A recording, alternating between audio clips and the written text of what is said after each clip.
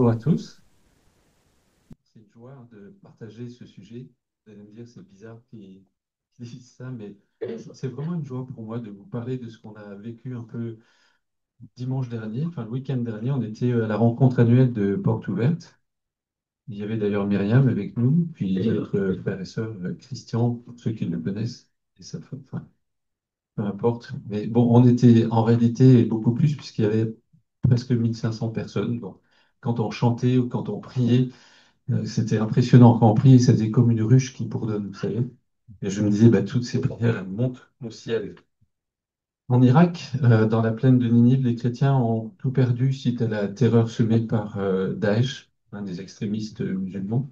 Et pourtant, des chrétiens de cette région-là témoigne ceci. Tu sais, être en Irak, c'est le meilleur endroit pour un chrétien. Parce qu'en fait, tu apprends à mettre ta confiance en Dieu. Tu découvres que ta vraie famille, c'est l'Église. Tu as l'occasion de servir. Et puis tu peux vivre en héros de la foi. Il rajoute, pourquoi mourir d'un cancer si tu peux mourir pour servir Jésus? Alors vous allez me dire, bon, c'est peut-être une exception.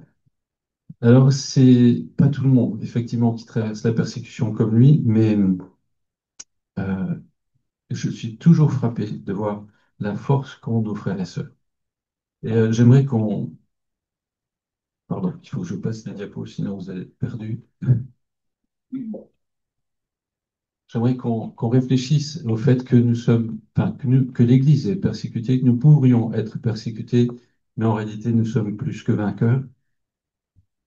Nous aimerions échapper à la persécution. Enfin, je pense que vous, comme moi, vous aimeriez échapper à la persécution, ou alors peut-être pas. Mais il me semble que de ce fait-là, du fait qu'on a cette crainte, eh bien, c'est important qu'on puisse en parler à Jésus et on va se laisser enseigner à la fois par la parole de Dieu et par l'Église persécutée à ce sujet. Parce que avant de connaître un peu mieux ses frères et sœurs, à travers Portes ouvertes, eh bien, j'avais tendance plutôt à détourner l'oreille quand j'en entendais parler ou à détourner les yeux quand il y avait des informations. Mais à force d'aller à ces rencontres annuelles de Portes ouvertes, je me rends compte que eh bien, l'Église persécutée a beaucoup à nous apprendre parce qu'en fait, nous avons besoin d'aide autant qu'elle a besoin de nous par l'enseignement de son expérience. Et même si nous ne sommes pas persécutés directement, on a des épreuves enfin, qui ne traversent pas d'épreuves, que ce soit la maladie, le travail ou dans la famille, et leurs leçons pourront nous être utiles aussi dans ces domaines-là. Vous vous souvenez, il y a 2 semaines, enfin pour ceux qui étaient présents, on avait réfléchi sur le mépris en étudiant un passage où David avait ramené l'arche à Jérusalem. Alors pour ceux qui n'étaient pas là, rassurez-vous, vous pouvez l'écouter, c'est enregistré sur le site. Et ça peut être intéressant parce on pourrait faire des liens avec ce qu'on vit, ce qu'on va voir aujourd'hui.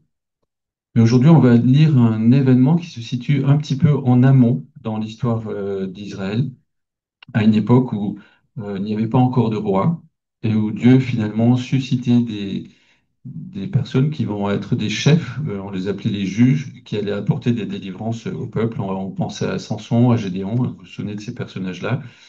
Et bien là, on arrive à la fin de cette période et celui qui est chef du peuple, on pourrait dire, c'est Samuel. Alors, il n'y a plus de culte rendu à l'Éternel avec, vous savez, le tabernacle et l'arche, puisqu'elle a été volée puis restituée et elle est dans un coin, on n'ose pas trop s'en approcher parce que les gens ont finalement un peu peur de Dieu. Et ça fait déjà une vingtaine d'années que Israël est dans cette situation. Alors, on va lire ce passage, mais auparavant, encore, j'aimerais vous rappeler un point, mon petit 2, toujours pour que vous puissiez me suivre. C'est le fait qu'il nous faut vraiment admettre que la persécution est inévitable. Parce on nous dit souvent, il faut croire, ah oui, croyez à ce que dit la Bible. Mais en 2 Timothée 3,12, on lit, en fait, tous ceux qui sont décidés à vivre dans la piété par leur union avec Jésus-Christ connaîtront la persécution. Mais ça, ce verset-là, on a envie de le mettre entre parenthèses et on n'a pas bien envie de le croire et pourtant, il faut vraiment l'intégrer. 1 Samuel 7, au verset 2. 1 Samuel 7, au verset 2, je vous laisse le temps de trouver dans votre Bible.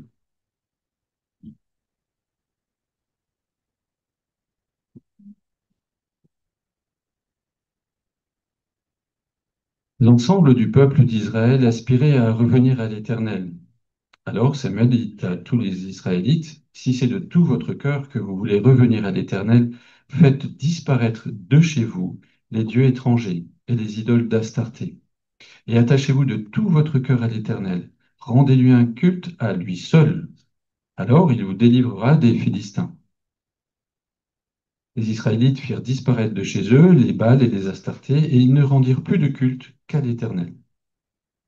Samuel leur dit alors, assemblez tout Israël à Mitzpah. C'est une ville qui est située à une douzaine de kilomètres au nord de Jérusalem. Assemblez tout Israël à Mitzpah, je prierai l'Éternel pour vous. Ils s'assemblèrent à Mitzpah, puisèrent de l'eau et la répandirent sur le sol devant l'Éternel. Ils jeûnèrent ce jour-là et confessèrent, nous avons péché contre l'Éternel. C'est là, à Mitzpah, que Samuel fut le juge du peuple d'Israël. Lorsque les Philistins apprirent que les Israélites s'étaient réunis à Mitzpah, leurs 5 princes décidèrent de les attaquer. Alors, si on regarde ce qui se passe après ces 20 années où vraiment le peuple était loin de l'Éternel, on voit que le peuple tout entier, c'est pas quelques individus, c'est le peuple qui vient et qui veut se repentir. Alors, on peut imaginer que c'est quand même le fruit du travail de Samuel par ses prédications, par ses prières aussi, et ceux qui étaient avec lui. Et ils voient enfin Dieu agir dans les cœurs. Le peuple renonce à l'idolâtrie, confesse son péché, offre un culte exclusif à Dieu, et alors à ce moment-là, ah, c'est la joie. Mais on voit que Samuel insiste sur l'authenticité. Il demande à son peuple de faire les choses vraiment sincèrement. Et si il y a une sincérité dans leur relation, alors il ne devrait plus y avoir d'idole. Il en est de même pour nous. Si nous sommes sincères, alors nous devons rejeter toute forme d'idolâtrie pour chercher à faire ce que Dieu aime, quitte à renoncer à notre propre volonté. Et c'est là où je faisais référence tout à l'heure au message d'il y a 15 jours, où il était question de ne pas mépriser Dieu. Mais chaque fois que nous le ferons, que nous aurons cette attitude de foi sincère envers Dieu et nous chercherons à lui obéir, alors nous pouvons être certains que l'ennemi ne manquera pas d'agir. Notre ennemi spirituel qui est le diable. Et ça peut nous faire peur. Et si on regarde, ben, le peuple, lui aussi, a connu la peur. Et ce que je voudrais relever, c'est que si nous avons peur, alors il nous faut exprimer nos craintes à Jésus, qui est notre intercesseur auprès de Dieu. On va voir l'exemple que Samuel nous donne à travers ce qu'ils vont vivre. En Samuel 7, au verset 7, la deuxième partie du verset 7, donc on vient de lire que les 5 princes des Philistins ont décidé d'attaquer Israël. Et les Israélites en furent informés. Ils prirent peur des Philistins. Ils dirent à Samuel, ne cesse pas de supplier l'Éternel, notre Dieu, en notre faveur, pour qu'il nous sauve des Philistins. Samuel prit un agneau de lait et l'offrit entièrement en holocauste à l'Éternel. Puis il supplia l'Éternel de venir en aide à Israël, et l'Éternel exauça sa prière. Pendant que Samuel offrait l'holocauste, les Philistins s'approchèrent pour attaquer Israël, mais à ce moment-là, l'Éternel fit tourner contre les Philistins un puissant tonnerre qui les mit en déroute, de sorte qu'ils furent battus par les Israélites. Ces derniers sortirent de Mitzpah et battirent les Philistins en les poursuivant jusqu'au-delà de Beersheba. Et au verset 13, les Philistins furent humiliés par cette défaite. Ils ne pénétrèrent plus à l'intérieur des frontières d'Israël, car l'Éternel intervint contre eux pendant toute la vie de Samuel. Les villes que les Philistins avaient prises à Israël, d'Écron à Gath, revinrent aux Israélites qui libérèrent tout leur territoire de leur emprise. La paix régna également entre Israël et les Amoréens. Vous voyez, quand le peuple réalise que les Philistins reviennent, ils se souviennent de ce qui s'est passé il y a 20 ans, il y avait eu des milliers de morts. mais beaucoup, j'ai plus le chiffre, j'ai peur de me tromper, mais je crois que c'est plus de 30 000 morts. Là, ils ont peur. Mais malgré leur foi encore faible, ils se tournent vers Samuel et lui demandent de prier Dieu pour eux pendant qu'ils vont affronter leurs ennemis. Ils savent que plusieurs vont mourir, que d'autres reviendront blessés, mais ils ont décidé de faire face. Et moi, je trouve que c'est vraiment une belle attitude. Si nos frères et sœurs sont persécutés dans le monde, en fait, c'est pas par hasard. Les études de Portes Ouvertes montrent que la plupart du temps, c'est parce que dans ces pays-là, l'Église est en croissance. Et plus la croissance est rapide, et plus la réaction va être forte. Parce que les autres religions ont peur pour leur personnalité, les religions dominantes ou les traditionnelles se sentent menacées et elles vont réagir contre. Parfois, ce sont les États qui ont peur pour leur influence. En Chine, par exemple, l'Église a terriblement souffert de la persécution sous le régime de Mao Tse-tung. Vous vous souvenez de ce régime communiste athée, très ferme? Eh bien, malgré tout, à cette période-là, des évangélistes itinérants parcouraient tout le pays pour sillonner la bonne nouvelle. Et du coup, l'Église, j'ai appris ça il y a, enfin, dimanche, enfin, le week-end dernier, l'Église a tellement grandi qu'il y a plus de chrétiens en Chine que de membres du Parti communiste. Quand on pense que Mao voulait éradiquer les chrétiens, qu'il n'y ait plus un seul chrétien dans son pays, c'est tout l'inverse qui est arrivé.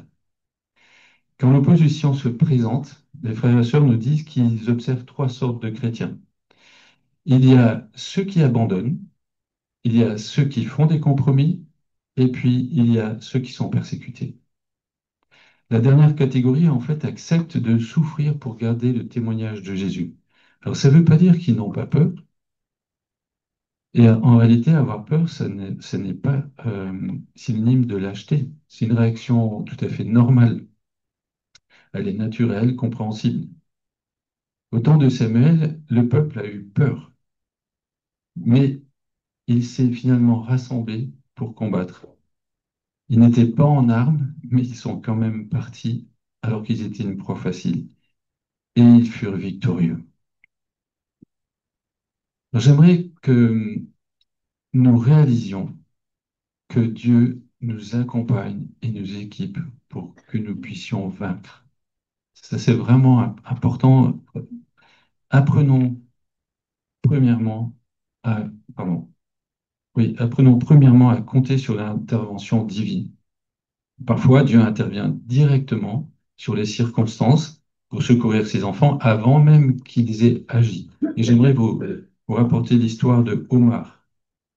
Omar, en fait, il sert Dieu dans le nord du Mozambique, une zone où la persécution violente contre les croyants est malheureusement une pratique courante.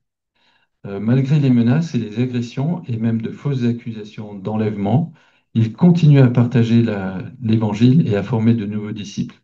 Un jour, il y a un groupe islamiste qui l'attaque, qui le jette par terre, et là on regarde la diapo, et il voit à ce moment-là un des assaillants s'approcher avec un grand bâton, déterminé à lui ôter la vie, et à ce moment-là, à ce moment précis, il se souvient des paroles de Jésus, et voici, je suis avec vous tous les jours jusqu'à la fin du monde, et il pense qu'il va mourir. Euh, il se sent alors assuré de la présence de Jésus avec lui. C'est Dieu vraiment, avant même qu'il ait eu le temps de réagir, c'est Dieu qui se manifeste à lui. Et là, il voit le bâton se lever, il pense qu'il va mourir. Et à l'instant, les policiers arrivent et le gars qui avait son bâton en l'air, il est parti. Une délivrance miraculeuse avant même qu'on ait le temps d'agir. Et certainement que Dieu souvent agit sans qu'on le sache, sans qu'on le voie faire.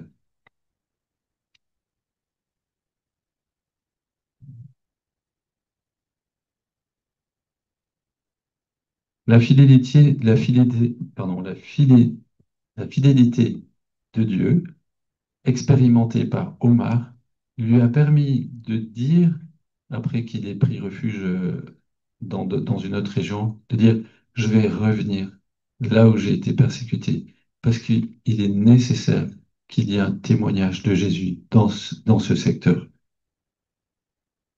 Il voulait aussi être la voix des chrétiens persécutés, et c'est comme ça que Portes Ouvertes a des nouvelles par ses collaborateurs qui restent sur le terrain. Donc voilà, notre premier point, apprenons à compter sur l'intervention divine. Deuxième point, apprenons à manier les armes surnaturelles de l'Église persécutée. Peut-être ça va vous surprendre, hein, ce qu'on va voir, mais pas tout à fait quand même, je pense pas. Dieu, il est intervenu pour délivrer le peuple de ses ennemis en faisant tourner un puissant tonnerre contre eux. Qui a déjà été pris par un orage ici? Vous voulez pas lever la main? Personne n'a croisé un orage de trop près? Oui, hein, donc vous pouvez en témoigner avec moi. Euh, c'est terrifiant. Lorsque vous avez l'éclair et le tonnerre en même temps, vous savez qu'il est vraiment prêt. Et on a, on a un réflexe, on ne peut pas s'empêcher, on se cache, on est prêt à baisser la tête, à partir en courant. En tout cas, on cherche très vite un abri parce qu'on sait que c'est dangereux. Les ennemis là d'Israël, ils ont dû fuir comme ça. Et Israël a vaincu. Je voudrais évoquer plusieurs armes. La première, c'est la prière. La deuxième, c'est l'amour. Et la troisième, ce sera le pardon. En fait, j'en ai rajouté encore après, c'est le petit bonus. Mais déjà, celle-ci, souvenez-vous-en. La première chose, c'est apprenons à prier sans cesse. Parce que quand on voit la menace des Philistins, le peuple d'Israël demande à Samuel de prier pour lui sans se relâcher. Ils leur disent, ne cesse pas de supplier l'Éternel, notre Dieu, en notre faveur pour qu'il nous sauve. Nos frères et sœurs, ils ont souvent peur, ils sont souvent angoissés. Mais c'est un fait constant. La demande principale qu'ils font quand on leur dit, mais de quoi avez-vous besoin? C'est prier pour nous, prier pour nous. Et je voudrais vous lire le témoignage d'une dame qui s'appelle Anna Hu, ou Anna Hu, je suppose, hein, qui travaille dans un centre de soins post-traumatiques auprès de femmes ayant subi des violences intimes. Et quand on lui demande quel est l'impact de la persécution sur l'Église au Nigeria, voilà ce qu'elle répond. Eh bien, l'Église grandit. Elle précise, nous sommes meurtris, mais pour beaucoup prêts à mourir en chrétiens et à élever nos enfants dans la foi. Et des musulmans se convertissent à la foi chrétienne. Mais la persécution nous ébranle, les plaies sont profondes. Quand un individu est euh, touché, toute la communauté est affectée. Un sentiment d'insécurité et de peur se diffuse. Nous nous posons alors la question, mais où est Dieu dans toute cette souffrance? Mais parce que nous savons que dans le monde, l'Église prie pour nous, nous ne nous effondrerons pas. Et c'est important que nous prions, l'Église libre, et parce que eux aussi, ils en sont informés du fait qu'on prie pour eux. Et puis, bien sûr, Dieu intervient. Le message qu'elle veut faire passer à ceux qui veulent soutenir l'action de Portes Ouvertes, c'est premièrement prier. Les Israélites l'avaient dit à Samuel, ne cesse pas de supplier l'Éternel. Eh bien, nous ne cessons pas de supplier l'Éternel en, en leur faveur.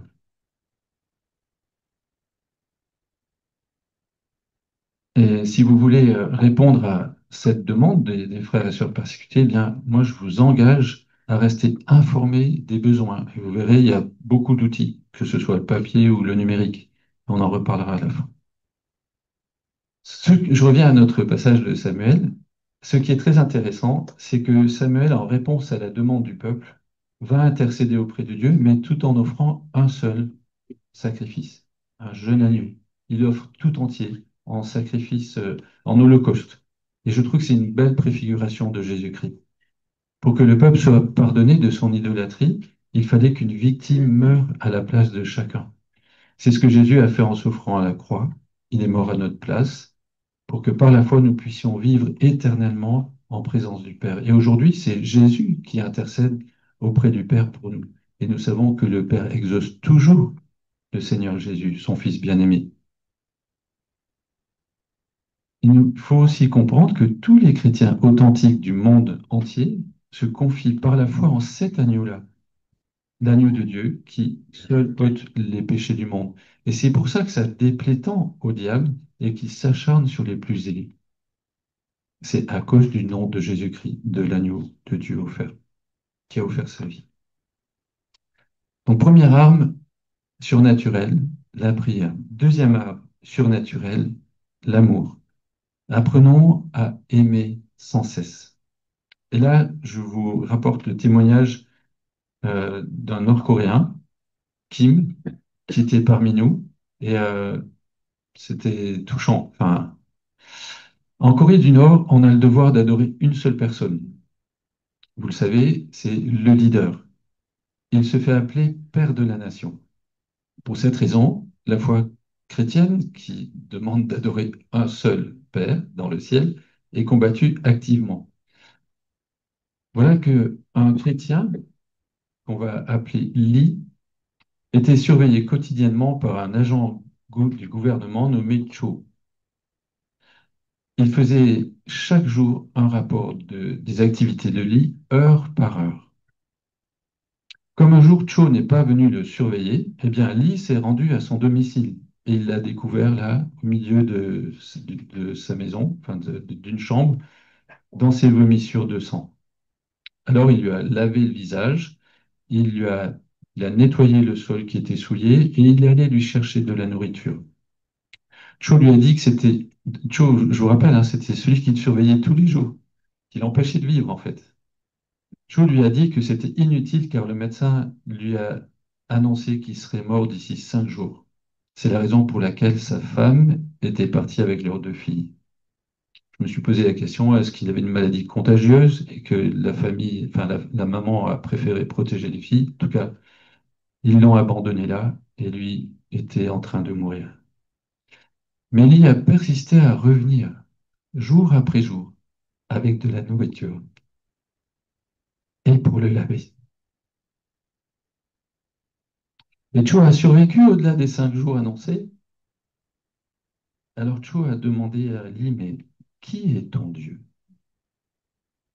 Un chef de la sécurité en Corée du Nord qui dit, qui est ton Dieu? Rien qu'en posant cette question, il s'expose à aller lui-même en prison. Mais à ce moment-là, Lee répond en priant, Père, merci d'avoir ouvert le cœur de Cho.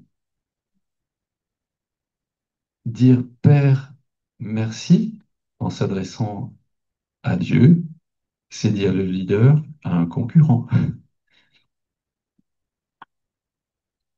Et tous les jours après, il est venu nourrir Cho et il lui a annoncé l'évangile. 3 mois plus tard, Cho était restauré et ils ont prié et loué Dieu ensemble. Voilà ce que fait l'amour. Sa femme est revenue, puisqu'il n'était pas mort, au bout de 3 mois, avec ses 2 filles, et Cho leur a dit, ne m'appelez plus Père, seul Dieu est Père. Il est le Dieu de la résurrection. Je devais être mort et me voilà comme ressuscité, vivant grâce à Dieu, le véritable Père. Cho n'est, pardon. Cho, c'était en réalité le directeur de la sécurité en Corée du Nord. Et il a commencé à témoigner autour de lui. J'ai cru comprendre que la maladie a fini par l'emporter au bout de quelques mois, mais il en a profité pour témoigner. Aimez vos ennemis. Voilà ce que redoutent les autorités coréennes, le pays où les chrétiens sont le plus persécutés au monde. Pour eux, un chrétien qui va à des réunions et qui prie est extrêmement dangereux parce qu'il peut changer le cours des choses.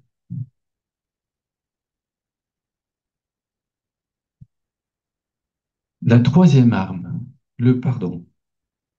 Et là, je pense qu'il nous faut aussi apprendre, enfin réaliser la puissance de cette arme. Parce que si l'Église grandit dans ces pays, c'est parce que les chrétiens ne se vengent pas eux-mêmes, mais ils pardonnent. J'aimerais vous lire le témoignage de Rif Katou.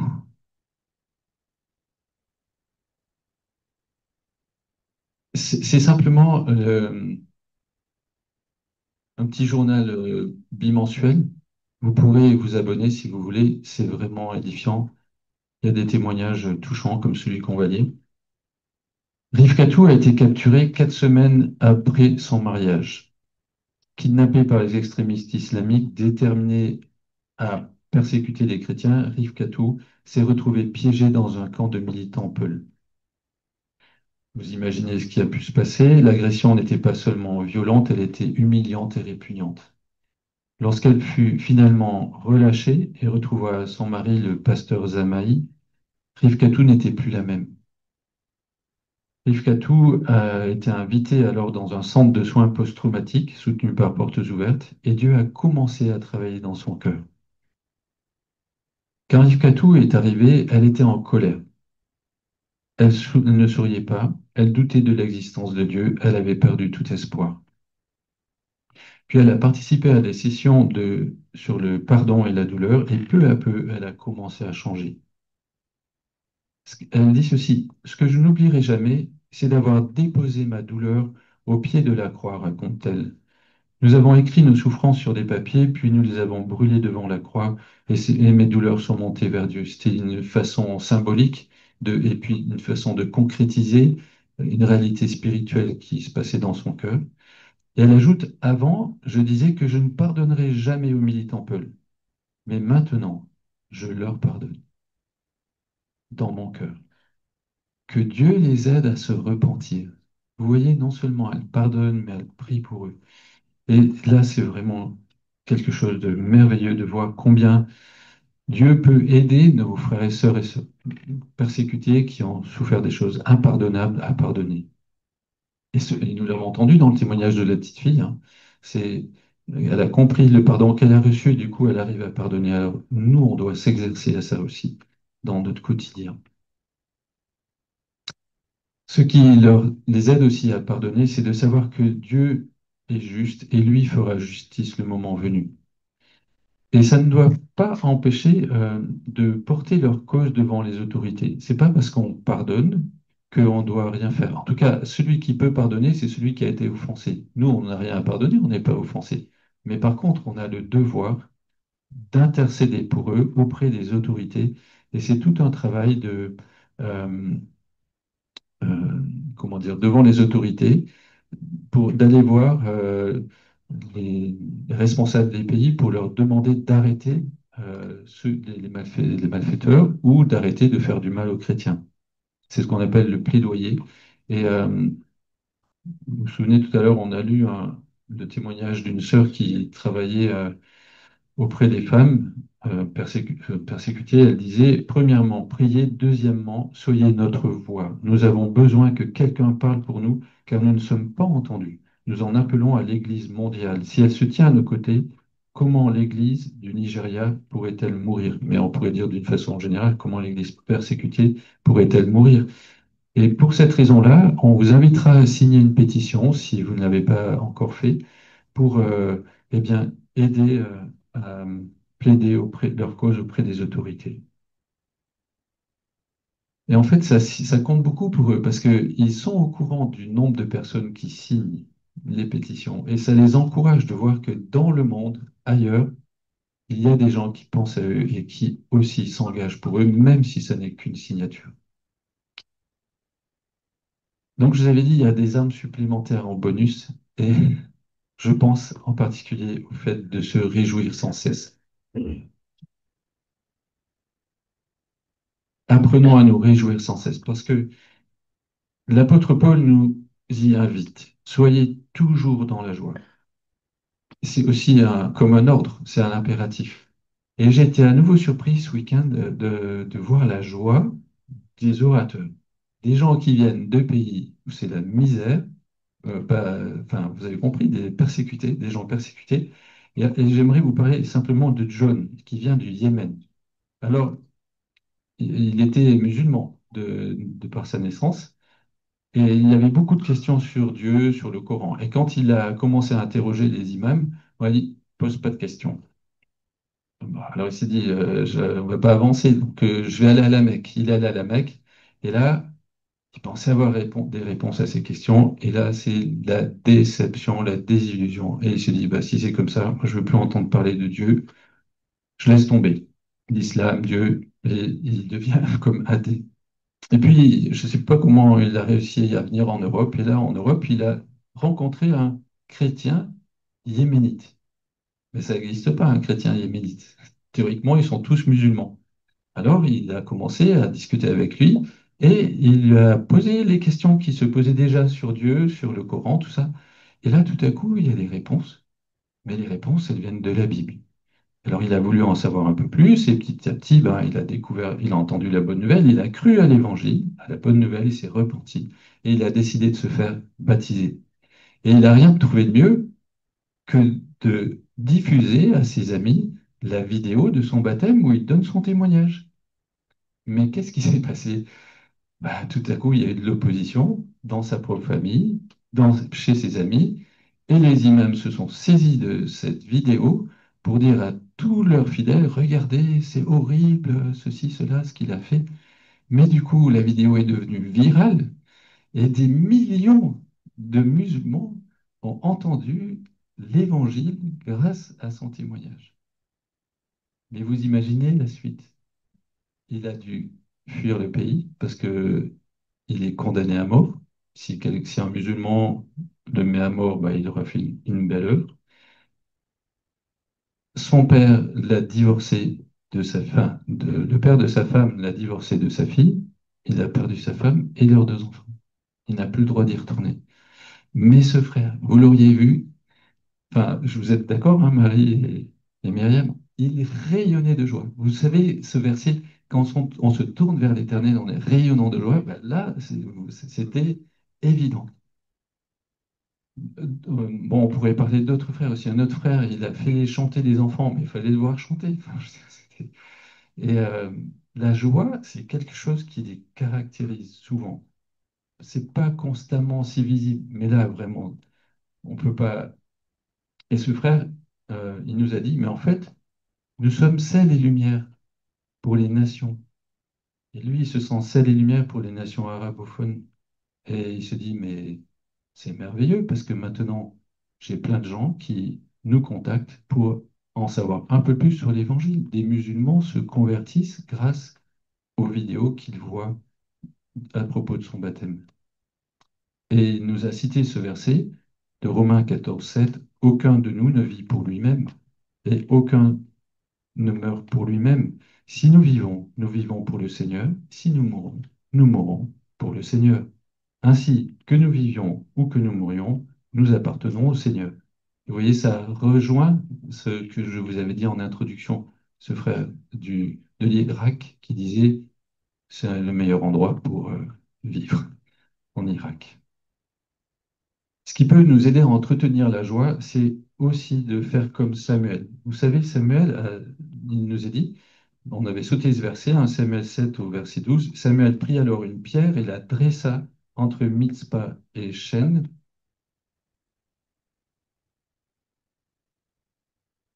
et l'appela du nom d'Ebenezer, la pierre du secours, en disant, jusqu'ici, l'Éternel nous a secourus. C'est sûrement important que nous apprenions à entretenir le souvenir des délivrances que Dieu nous a accordées, tout en visant l'ultime libération, celle de la mort, par notre résurrection à venir. Ça nous aidera à être joyeux.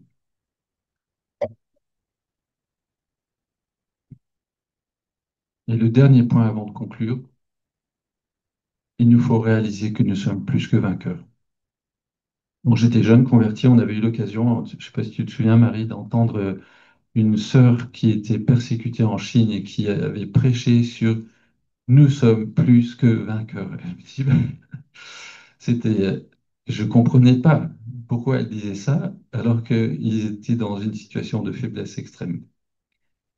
Eh bien, cette année, encore une dame qui, elle, vient de Malaisie, a repris ce verset. Et je me suis dit, mais il faut vraiment qu'on réalise qu'on n'est pas des victimes, mais qu'on est des vainqueurs sur nos ennemis spirituels. Alors, il s'agit de cette dame, elle s'appelle Susanna. Elle est sans nouvelles de son mari, le pasteur Raymond, depuis le 13 février 2017, date où il a été enlevé par des musulmans extrémistes déguisés en policiers. Ça fait 8 ans. Elle ne sait pas s'il est vivant ou s'il est mort. Elle ne sait pas où il est. Mais elle remue ciel et terre. Ciel, c'est vraiment le cas de le dire. Elle prie et la terre, elle secoue les autorités pour que les autorités poursuivent l'enquête qu'elle a débutée à titre privé à l'aide d'associations. Mais elle constate que Dieu a changé le mal en bien, puisque Dieu a fait connaître l'histoire de son mari partout dans le monde. Cette histoire a touché le cœur de beaucoup de personnes et du coup un esprit de prière s'est répandu en Malaisie et au-delà des frontières. Et cette femme courageuse, je trouve, nous a rappelé ces versets de Romains 8, 36 que je viens de citer, mais j'en vais le relire. À cause de toi, nous sommes exposés à la mort à longueur de jour. On nous considère comme des moutons destinés à l'abattoir. Mais dans tout cela, nous sommes bien plus que vainqueurs par celui qui nous a aimés. Et elle nous a expliqué comment elle comprenait cette expression plus que vainqueur. Pour moi, c'était nouveau, je vous le partage. Vous avez vu du temps de Samuel, ils ont eu la victoire, mais du coup, ils ont repoussé l'ennemi, ils ont reconquis leurs frontières, la paix s'est installée, et même avec un pays qui n'était pas venu leur faire la guerre, qui n'était pas dans l'histoire, et il y a eu aussi un temps de paix. Les Amoréens, ils ne sont plus venus les embêter, ils ont plus osé les toucher. Eh bien, pour cette sœur, elle nous disait, bah, être plus que vainqueur, c'est comme remporter un butin, étendre son territoire et anéantir l'ennemi. En fait, il y a les histoires individuelles et il y a l'histoire de l'Église. Et elle nous invite à voir l'œuvre de Dieu au niveau de l'Église, pas que des individus. Son mari est en difficulté, elle aussi, mais l'Église grandit. Et c'est là où elle dit, nous sommes plus que vainqueurs, parce que Dieu étend son territoire, il impose sa paix et l'ennemi est réduit à néant. Pour terminer, en conclusion, j'aimerais nous inviter à ne pas nous lasser de visiter l'Église persécutée en lisant la suite de notre passage. Samuel continua à exercer le pouvoir judiciaire en Israël, c'est au verset 15, chapitre 7, Samuel 7, 15. Samuel continua à exercer le pouvoir judiciaire en Israël durant toute sa vie. Chaque année, il faisait un circuit, s'arrêtant à Bethel, à Gilgal, à Mitzpah, et il rendait la justice pour les Israélites en chacun de ces endroits. Alors, oui, je pense que c'est important de prendre des nouvelles régulièrement de l'Église persécutée pour ne pas les oublier. Il y a ce jour annuel, c'est une très bonne chose, mais il y a le quotidien aussi.